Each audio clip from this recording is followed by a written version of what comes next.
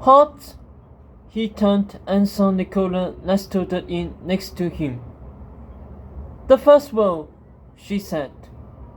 Hot followed her eyes to the empty nooses, black scales shining. There's 7 of them, said Nicola, trembling. And there's 7 of us. Everyone stared at her, overhearing, then at each other, then at Hester. But even the fearless witch looked afraid. So did her demon. Nicola's eyes welled up. I want to go home, Hot, she whispered. I want to see Pa. Gone was the cool, unflappable girl, replaced by a first-year reader far away from her real life. It only made Hot want to protect her more, the way Nicola had protected him and their crew. Then, out of the corner of his eye, he saw the spots where the 2 pirates had just been. They're gone, Hot blurted, spinning to the group. The pirates aren't here. There's no one guarding us. We have to run. We have to run now. A boy's scream came from the ferry, rising over the wall. Help! Hot stopped the coat. Another scream echoed, this time a girl's. Please help us! Hot's face went white and he saw the 3 witches gaping at him with the same expression. Slowly, they looked back down at the gallows. Not at the empty first row or the second filled with royal leaders, but at the 3rd row, which they couldn't quite see. The row where the screams had come from. Screams that made Hot's stomach flip. Because one scream had been Kiko's, and the other scream was Raven's. He has our classmates, Hot whispered, making out Mona's green skin, bronze bald head and hawking frame. Hey, guys, said Nicola. We're not leaving our friends down there, said Hester, fear burning to anger. Questers defend each other, no matter what. We have to help them. But how can we get over the walls if we are chained up? Another asked. And how can we get through the crowd? Said Hot. Guys, Nicola said. All eyes went to her. They're gone, said Nicola. We know the pirates are gone, Hot said, impatient. That's why we need to go right now. But Nicola wasn't looking at where the pirates had been. She was looking at the nooses, the front row of them, all missing. Huh? Where did they go? Hot started. Then he gasped. So did everyone else, the train of teenagers suddenly lurching backwards, each of them dripping over their feet. Because scaly nooses were flying towards them, over the ferry, over the crowd, like bats out of hell. No one had time to scream.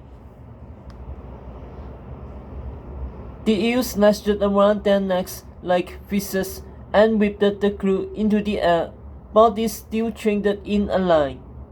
Hot bucked madly, feeling Nicola choking beside him, but the nooses just squeezed harder, draining their breath, before all at once the eels dragged the prisoners down towards the gallows, 7 prey quivering before the kill.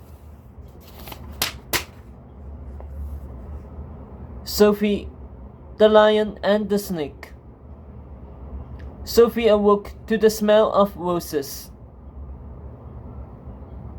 She opened her eyes, feeling their petals drizzle down her back. A single wine-wet bloom lay cupped in the lap of her baby blue dress.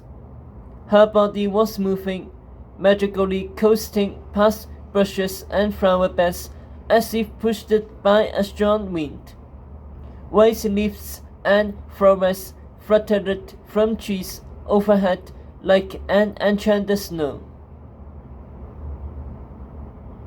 I'm in a dream, she thought, her eyes still on the rose in her lap, its lush folds sparkling under a pink sunset.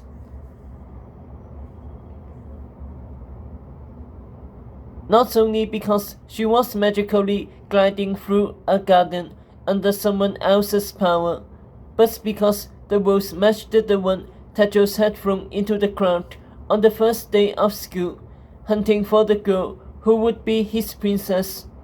A rose Agatha had caught just like this, the happy ending to a fairy tale that hadn't yet begun.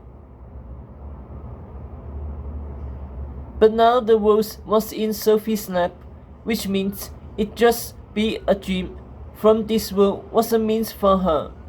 If there was one lesson the whole world learned from her fairy tale, it was certainly that.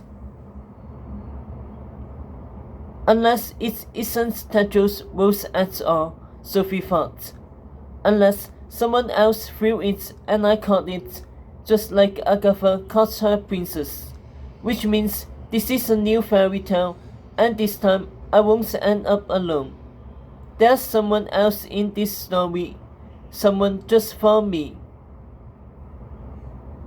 Sophie looked up, curious, fearful, hopeful. Her face changed. It was no dream.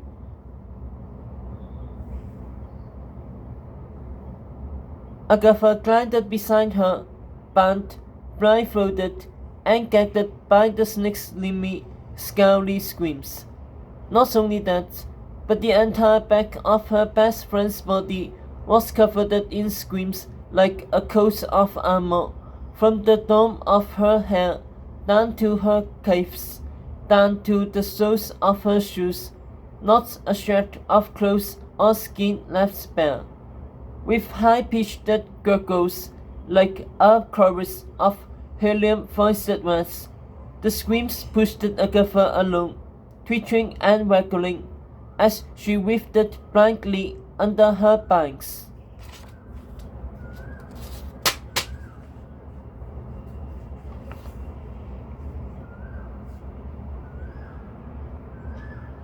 Sophie grew aware of the drizzling feeling on her back again, the one she had dreamingly ascribed to falling flowers. Dread rising, she peeked over her own shoulder and saw that she too was coated in thick, gooey screams all the way down to her dainty slippers. Fear buttered her spine straight, upending the rose, which fell to the ground and smashed under her feet. A scream stopped in her throat.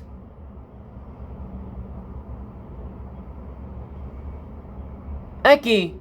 she whispered. "What do we—" But Agatha shook her head sharply, and Sophie read the gesture at once. "He's listening." Sophie's eyes darted around, looking for the snake in the garden.